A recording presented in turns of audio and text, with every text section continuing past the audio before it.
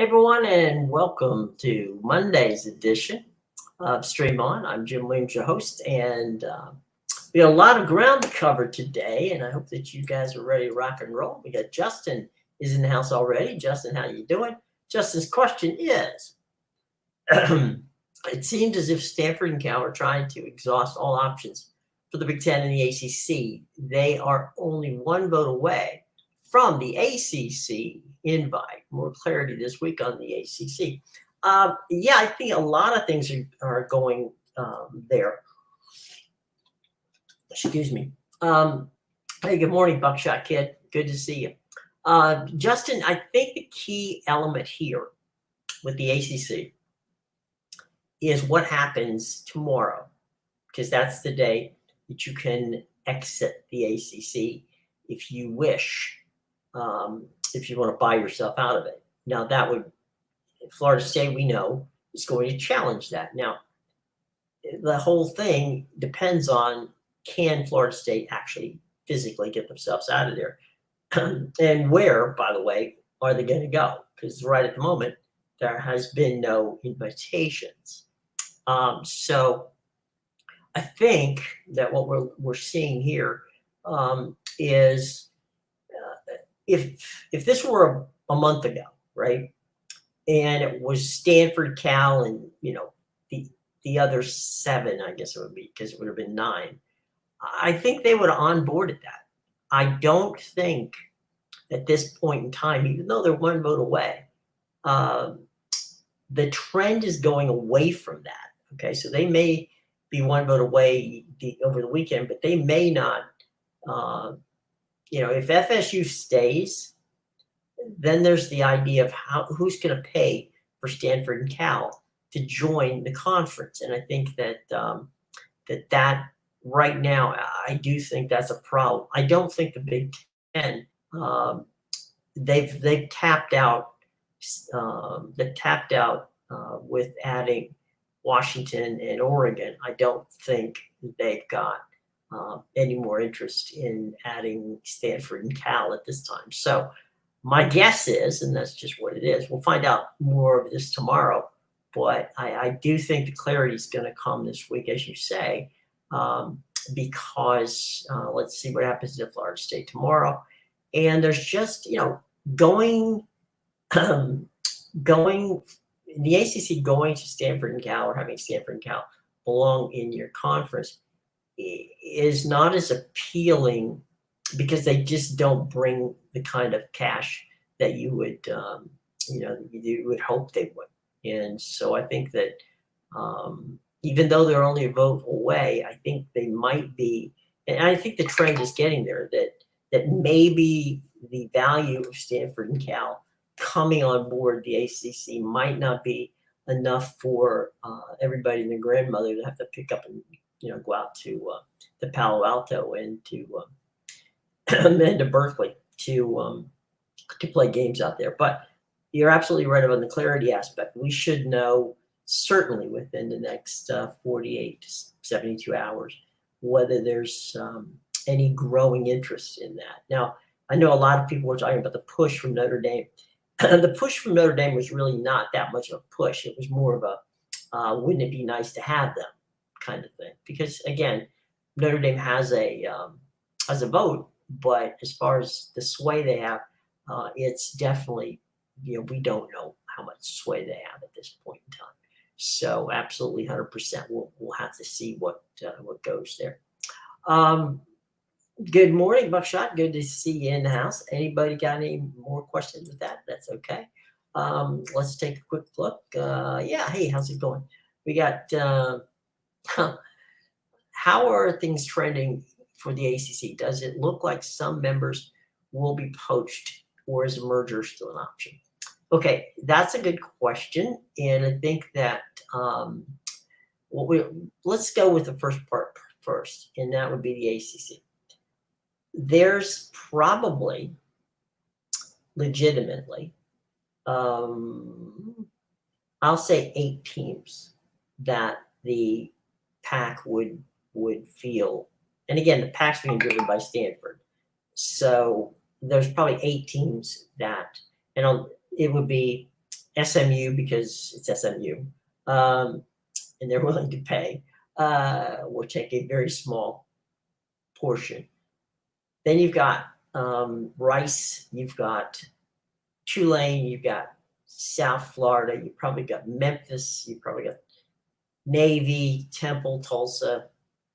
Those schools would be attractive to the to Stanford and to the PAC because, excuse me, the key is they want to go to areas where there's research and there's potential money. Frankly, I mean, they could go there, they could entertain, they could begin to schmooze the concept, and also join up with universities that have great research departments. And frankly, they're in big cities, and that would make it easier for them to be part of it.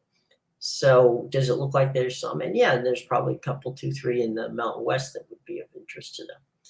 Now, here's the problem. The problem is that there's buyouts which require 28 months of acknowledged. So let's say, just for the sake of argument, Tulane, SMU, those schools that I mentioned decide to leave the conference. Well, then you're going to have to buy your way out, which is a matter. The money is not really, in some cases, a factor. In the AAC, it's not. What it is the 28 months. Now, can you negotiate the 28 months down? Probably not. It's maybe a little bit, but they've got a 2-year. They, meaning the PAC-4, have a 2-year window where they can restock. So they would still be a conference, even though there's only 4 teams out there at this point in time. So it's possible that happens. Now, the other part, the merger aspect. The merger aspect becomes interesting because that really would require no buyouts. It would simply require the 4 schools of the PAC and the 14 schools of the American agreeing upon a grant of rights that would, in essence, start a new conference. Not necessarily start it, but just rename the PAC, or just keep the PAC, whatever, because they are the group of 5 power conference. So that doesn't go away.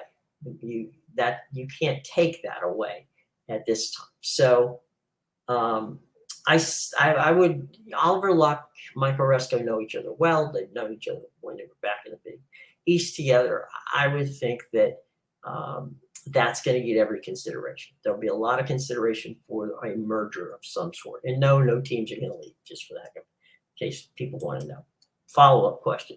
With Stanford driving the boat, are there decisions slow moving with the president stepping down? I think that the president being there, Stanford, the president being on board is important, but again, Stanford, like most universities, have an outside, the athletic department would report to the president's office. If you had an interim president, or if you have a chancellor, if you have any number of people who run the show, obviously someone is running the conference, or somebody's running the university while this happens. So let's make sure that we understand that Stanford is not like without someone who could make that decision. And so at that point in time, Stanford, does it complicate issues? Maybe not. I don't think it will, because they really have to make this decision, in a relatively short notice. I would think within the next month, maybe 2 months at the most. So that's where we're going with that. So yeah, Stanford, without the president, I don't think that would slow it down. Is it going to make it a little more complicated? Probably, but not keeping them from making a decision. What do we got? Ben, hey Ben, what does a university need to be in the same athletic conference than academic research purposes? It feels like that was really important to realignment Stanford Big Ten. It is, and let me explain why. Okay, a lot of people are saying, well, don't they care about athletics? Well, they do. They do care about it. Now, here's the thing, okay? Here's why. Obviously, television and football drives the boat, right? Drives the money. However, what's overlooked in the Olympic sports, which Stanford does, nobody does better in or has won more than Stanford in the Olympic sports. Olympic sports are limited in the number of scholarships you can give, okay? So let's say baseball, you have a baseball team or a softball team. You are allowed to give out, let's say it's no more than maybe a dozen. So it's either 10 to 12. Well, it takes more than 10 to 12 people to play on a baseball team. So what happens is you get a number of truly student athletes who are paying their own way to play on the team. So in Olympic sports, because they're limited in scholarships, you actually have athletes that are participating in sports. And from a standpoint of the university, you're getting kids to play and pay their own way to school. So this fantasy that Olympic sports does not make college any money is silly. It does. It makes the college money. Does it make it as much as football or basketball? No, but it pays for itself.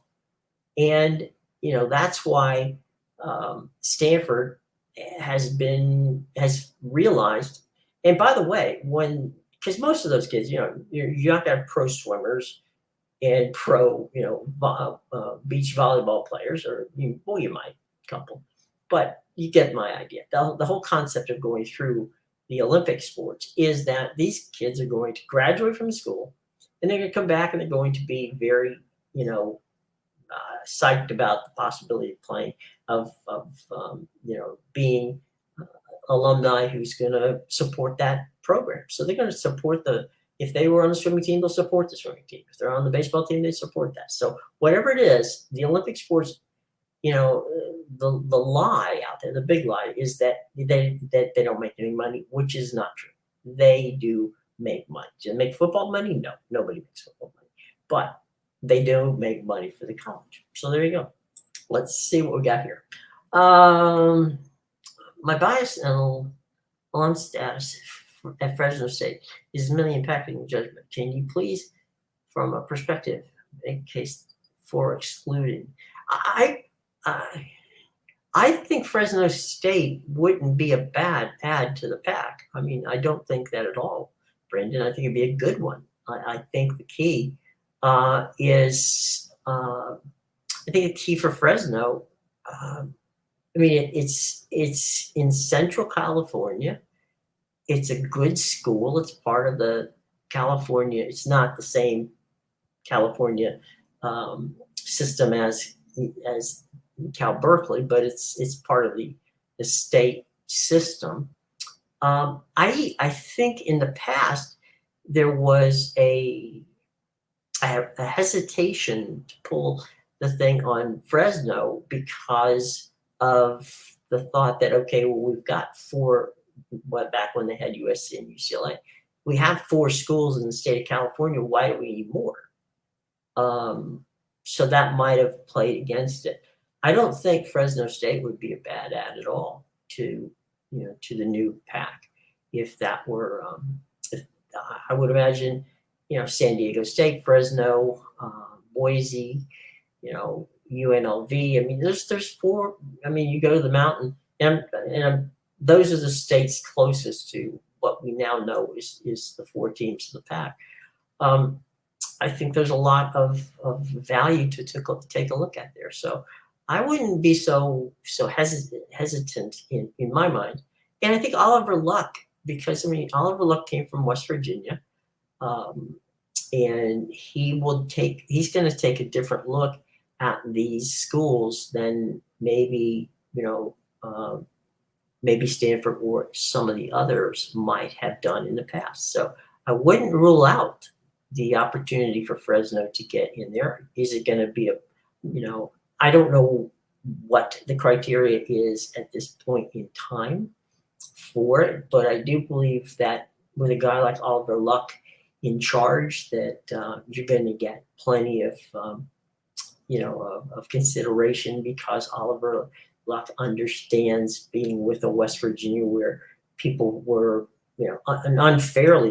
frankly, unfairly looked at West Virginia with, with kind of a kind of a they don't belong here attitude, which is silly.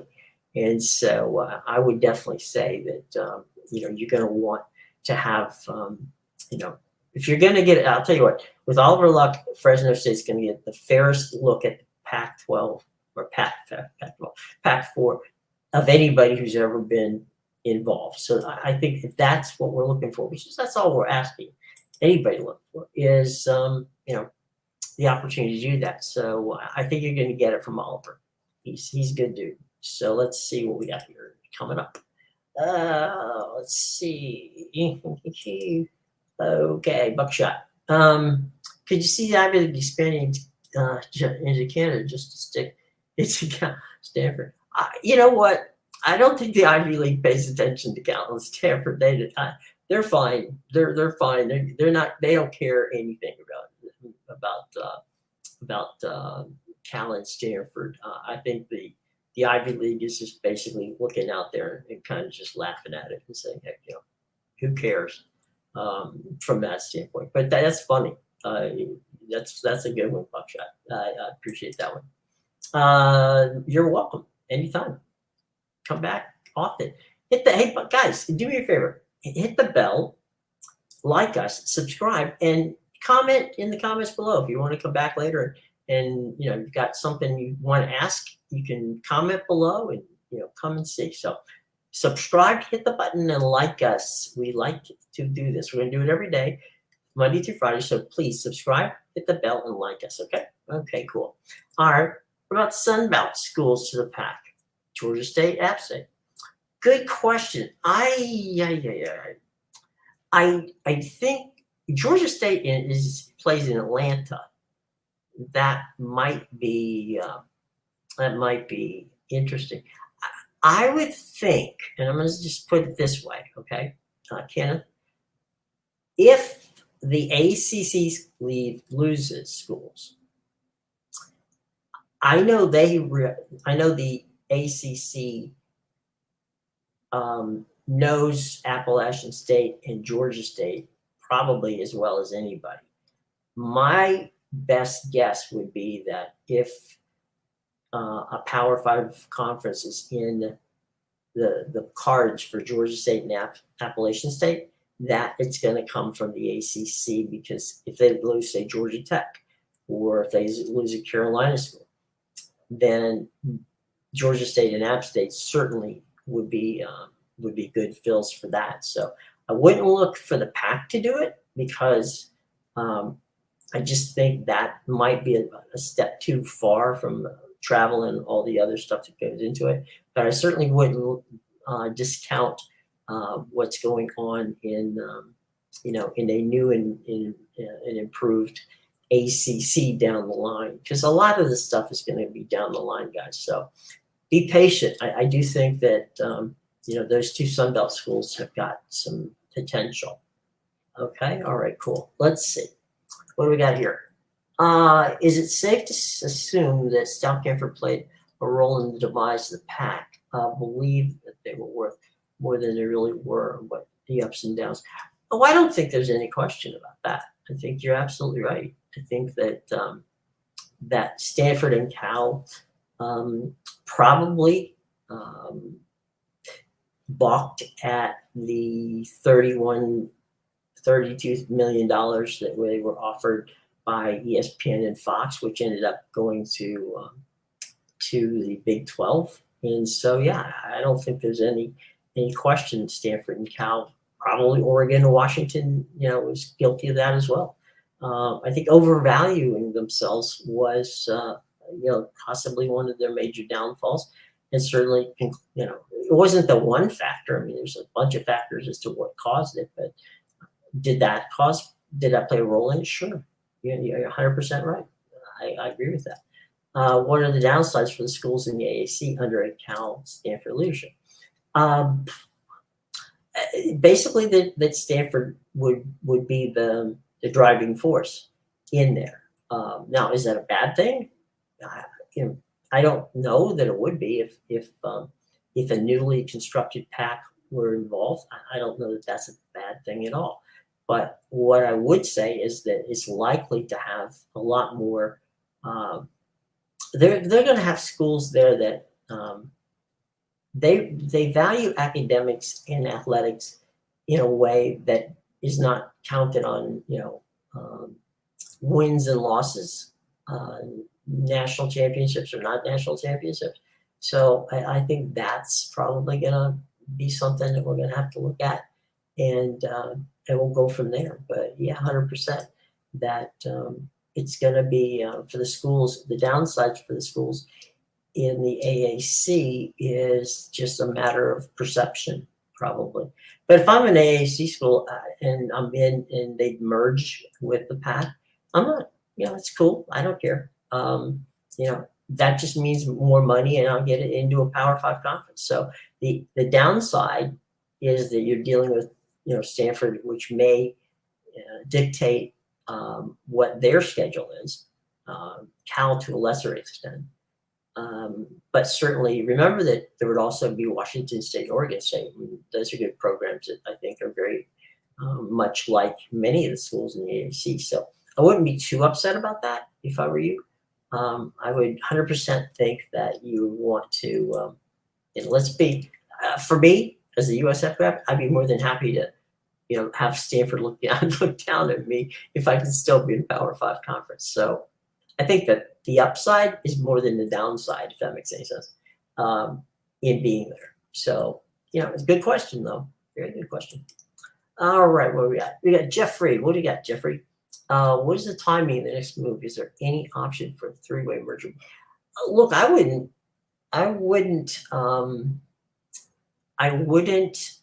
rule that out. Okay, I wouldn't rule that out. If you think about it, you'd have a national conference, and the American would be a great name just to keep it, put it at that. There's only 4 schools in the PAC. The AAC Mountain West, I've long thought that the AAC and the Mountains should definitely have merged together because it just makes sense. Would it be a massive conference? Yeah, absolutely. But it would be a conference that would, span 5 time zones because you'd add Hawaii into that. And so it would definitely be worth looking into. And so is it on the table? I don't know that it is, but it should be at least thought about. Because what would happen in that case, you would, I don't know that you would shed schools because that really takes things into a grant of rights issues. But I would say that even if it was, 32 teams, like you could set it up like the NFL, it would work to avoid the exit fees, which that you're asking about. So it would be interesting, and I think it wouldn't be a bad idea, Jeffrey. I really wouldn't, because think of all of the buzz you could get. Like you said, you could set it up like in the NFL where you have, East, Central, North, and West, and even Mountain in this case. So you could set it up to make it work. Whether they could get the amount of money for a TV contract, that would be interesting. But at the end of the day, why not, right? I mean, right now they only have 4 schools, so why not consider how that could be done? And like you said, that way nobody has to worry about exit fees. So good thought. Mickey, what you got? Mickey in Orlando. How you doing, Mickey? Do you think the PAC leadership might be interested in adding USF because they are actually considered University of San Francisco, not Stanford? They would, remember, you're talking to a USF grad here. So that's Mickey. I think that the PAC would definitely take a look at USF, and I'm talking about South Florida, not San Francisco. San Francisco doesn't have a football team. No, actually, they just got into Division I football this year, I think. So I do believe that they would be considered because of AAU status. As I said before, wins and losses is not necessarily the key element here, and I think that South Florida's going to rebound from that.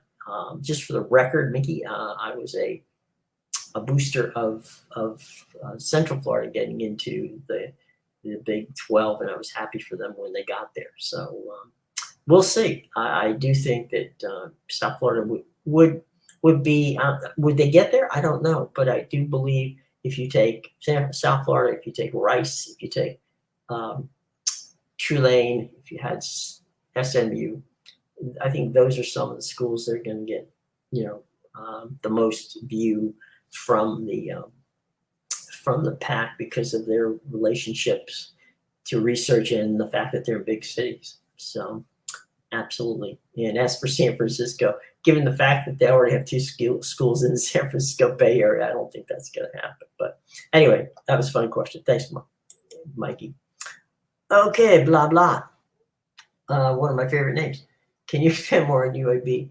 I think a lot of people are missing a great academic. You're right. They are a good academic school in research.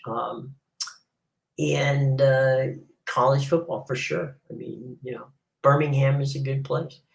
I wouldn't, as I said before, you've got, if Oliver Luck is there, Oliver Luck is someone who understands sports in a way that is, and understands brands that the pack may not even be aware of. And UAB is one of them. And I do think that will they get in? I don't know. I don't know any of these schools, how that works from a standpoint of, what they're, the seriousness of how many schools does the pack want to add. But I do believe that Birmingham is a good quality university, and I would 100% think that certainly they're deserving of consideration, whether they get it or not. As I said, with Oliver Luck there, and as I said, Oliver was at West Virginia. A lot of people look down on West Virginia's academics, which was unfair, and so I don't think that Oliver Luck. And by the way, remember that Oliver Luck was involved in 2 professional sports leagues, which had teams in Birmingham. So if anybody knows Birmingham, you got one guy out at the Pac-4 headquarters now in Oliver Luck who does understand the passion for football that is Birmingham. Okay, so blah blah. We'll see how it plays out, but I would say to anyone who underestimates the value of UAB, they do so at their own peril, because that's just not it. It would be foolish not to at least consider them, because I agree that they're doing research. Schools like UAB, Tulane, South Florida Rice. These are schools that are on the rise. They're like growth stocks, right? So if you're going to invest in growth stocks, why not invest in growth stocks that will pay dividends down the line? And so UAB may not necessarily tick all the boxes right today, but if you're seeing that they're growing in the right areas, why not, right? So as I said, let's see how it plays out. But Oliver Luck, I think that's probably the biggest advantage you have, is that he's going to understand the value of a UAB where others may not. So anyway, we'll see. Stay with us, and any questions, be happy to take it. Justin, what you got for us here? I've seen some suggest that the Big 12 is going to pick apart the ACC once Clemson. I don't see it that way. I don't. The ACC. Right now the Big 12's on a high, and they earned that. They earned the high. But the ACC had, if it were not for that horrific grant of rights that they negotiated, thank you, John Swafford, for that. I think that the ACC might have well been in a better position than they are today. So I think that's kind of something we're going to have to take a look at. But at the end of the day, I don't think, and right now we don't know where Clemson and FSU would be leading to. So if it was just Clemson and FSU, which are two, stellar brands, there's any question about that. If they were to leave, my guess is the ACC would backfill and take on. I don't think the first concept of teams in the conference would be to bolt to the Big 12. That's my point.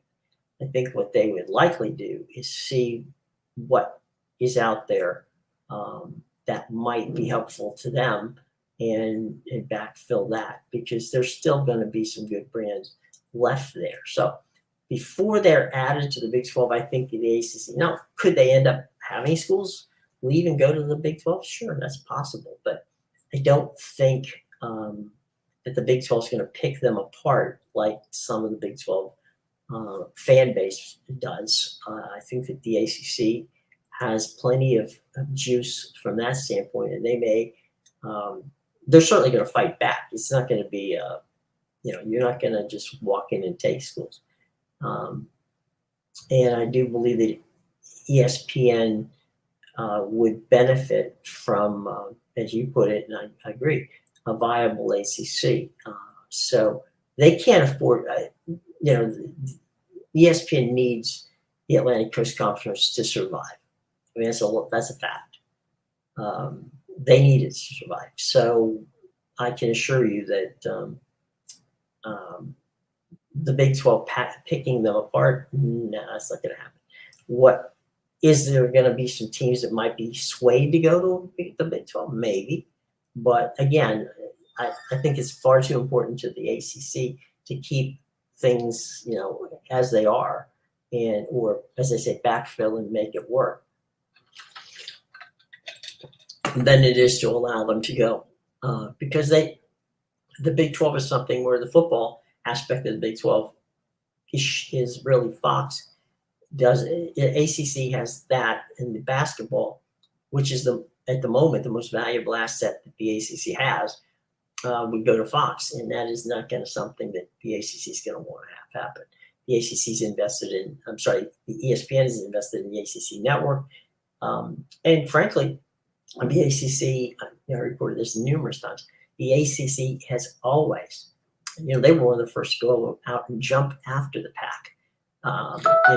They wanted to do a merger with the PAC. They wanted to do a partnership with the PAC. And now we see that Stanford and Cal want to come to the ACC. I do believe they did continue to pursue that up to the final moment, but it didn't bear fruit. But in hindsight, when somebody does the book on what happened to the implosion of the Big 12, the Pac-12, that they're going to find out that a relationship with the ACC might very well have been one of the things that would have kept things alive out there. So, you do what you got to do, right? But I 100% agree with you that having a viable ACC is critical to ESPN. They can't. They're not going to let that go. And right now, it's Fox and ESPN that run the show. Now that may be, in 10 years from now, that may be Apple, and it may be Amazon, and it may be Google, YouTube.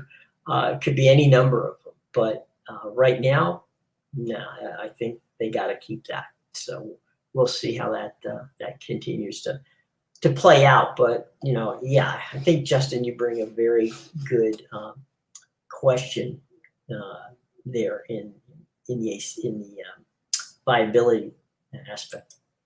Let's see what we got here. Did we get here? Let's see what we got. Is Boise State left out of this merger expansion? The AAC and the Pac-4. I'm nervous to get rough. Jacob, hang on a second. Let me ask you. I'll get to you in a minute, Coach. I got something skipped here on me.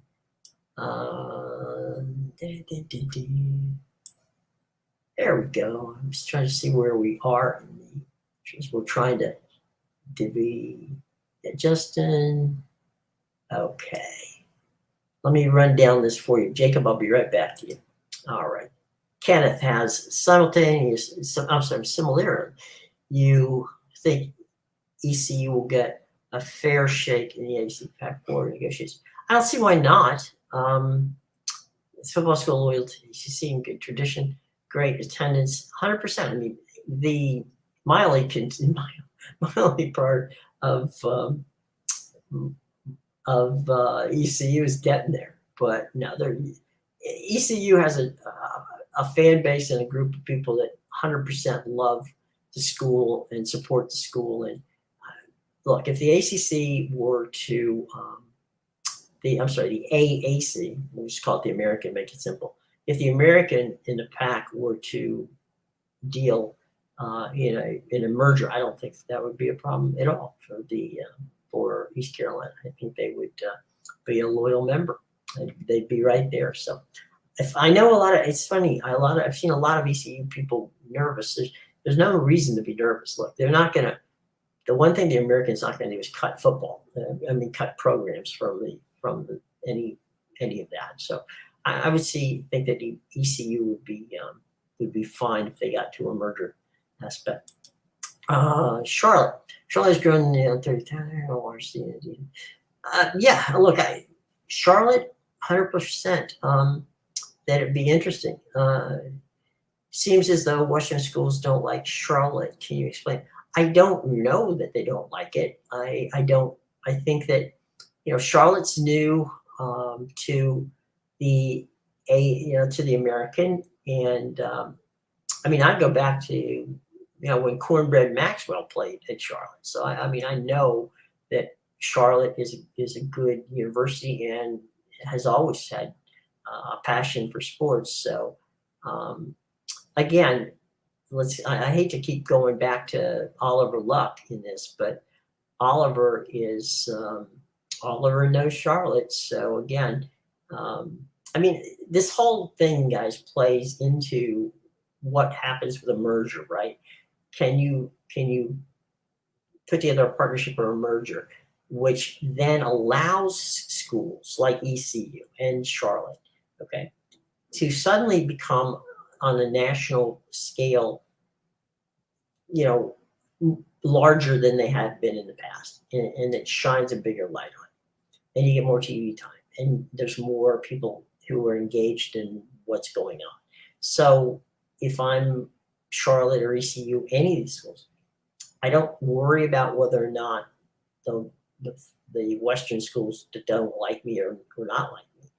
I worry about what can be done by the conference to make sure that that I get my 15 minutes of fame, and I think that's what I can tell you this much. Mike Oresco, who runs the American, is a good guy. He's a wonderful commissioner, and he will make certain that Charlotte gets the light shined on him. So hang in there. We'll see how that goes, and we'll keep you posted. But absolutely, Charlotte's had a wonderful program, and I hope that they continue. Happy Monday, Wild Youth. Good to see you, buddy. Listening while working. Okay, well, that's what I'm doing. I'm listening and working at the same time too. Good to see you. All right. Coach Knowles, as a Temple fan and alum, maybe few during the merger, American, exciting. It just is an exciting thought. I have a niece that graduated from Temple, and I have a special place for Temple. Temple's a lovely school. It's a big city. It's in Philadelphia. That would definitely, I'm sure, excite the PAC, Stanford and Cal coming to Philly. That'd be fun. It'd be a lot of fun. So hang in there, bud. Let me move my way down here.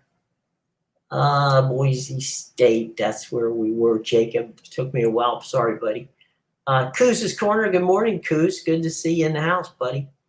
Be with you guys in a minute. Is Boise State going to be left out of the merger expansion? I hope not. I do hope not, because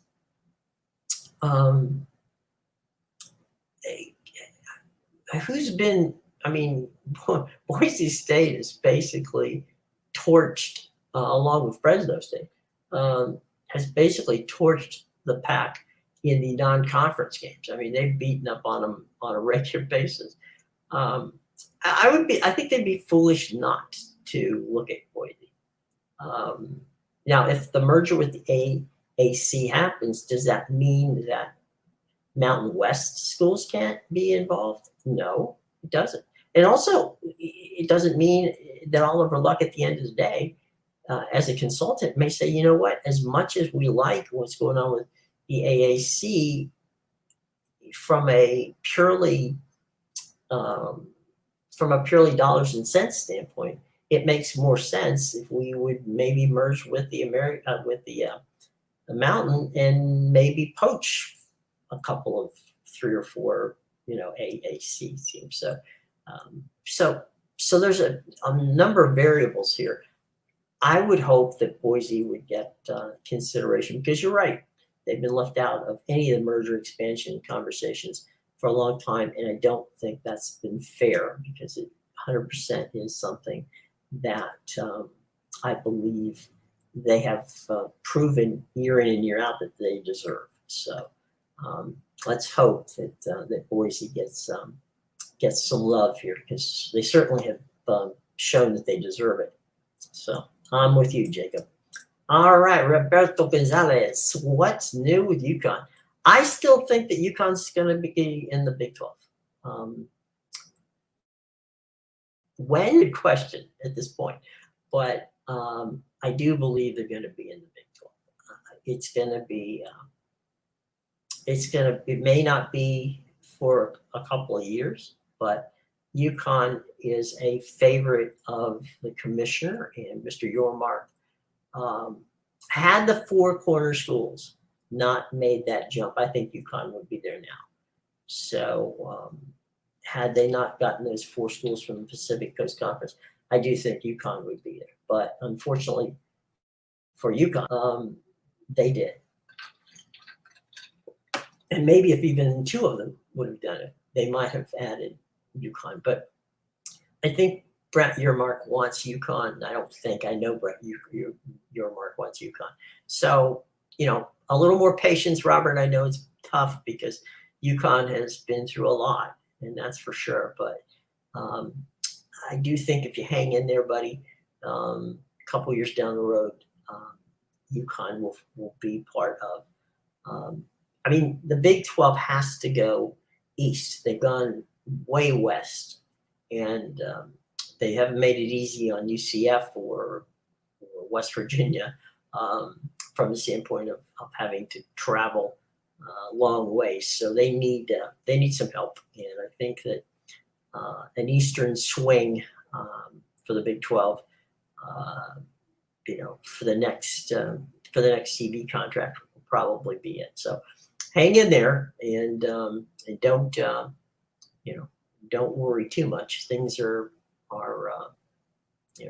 swinging in your direction. So as I say, when you've got the commissioner in your corner, that's a pretty good person to have in your corner. Guys, don't forget, if you could, I greatly would appreciate you subscribing, hitting the bell, and liking us, because those are things that we need to have happen. Okay. Tell you what, we're going to get close. Any final questions? Because we're going to get out of here. We are going to be back tomorrow at 10 a.m. Okay, 10 a.m. Eastern time, for more talk about everything. We'll talk about a couple things that of interest. One, on the streaming side, Apple seems to be doing very well with the MLS. That's working good for them. With Lionel Messi and the folks at Inter Miami just marching to a semifinal spot in the Leagues Cup. That's cool. As I think I mentioned to some of you on Max, which is of course what we all used to know as HBO Max. It's now just Max. And Max is going to have the MLB playoffs in October. And then the NBA and the NHL will also be streamed there as well. So that's going to be cool. And we're not that far away from ESPN's launch of college football, as well as CBS Sports Network and their launching of some college football. So plenty of college football coming down the line. We got NFL preseason, so all kinds of stuff being streamed and being able to be accessible. So I'll keep you posted on what's going on there. But for now, if we have one or two more questions from the class, we'll answer them. But otherwise, we want to get out of here for a Monday. But thanks to everybody who came by. Wow, good to see you, buddy. Coach Knowles, Jacob, Kuz, Roberto, and all the guys who came. We greatly appreciate it. A couple of last ones here. Kenneth, loyal AAC, 214, great football program. I think I actually answered that question. So yeah, ECU is definitely something that Kenneth, you, Buckshot Kid, everybody, hang tight. ECU will get their moment in the sun. They deserve it, and we'll see. Okay, but it definitely is going to be there. So hang in there, guys. Look, it's been great. Come on back tomorrow. Subscribe, hit the bell, and if you remember something later that you didn't get a chance to answer, or I didn't get a chance to answer, by all means, leave a comment down there, and I promise to answer every one of them. And I think that we're going to have some fun here, gang. Okay, we're going to have some fun. We're going to have some guests. We're bringing on some guests, and we're going to bring in some people that that you can ask questions to, and we're going to have some fun. Okay, so for Monday, I want to thank you all for joining us, and we will be back tomorrow, 10 a.m. Eastern time, and enjoy your day. You can also get this as a podcast later in the day. It'll drop and it'll be available on Apple Podcasts, on Spreaker, Stitcher, Spotify, on iTunes, on iHeartRadio, and basically anywhere, as the old saying goes, that you get your podcasts. You'll have a chance to listen to the show later, or you can come back here, as I said before, watch it and drop in some comments. All right. Well, thank you guys. It's been a pleasure. It's going to be fun. We're going to have a lot of fun doing this on a Monday through Friday basis. Have a great day. We will see you tomorrow. For the team here, I'm Jim Williams saying so long, everybody. Take care.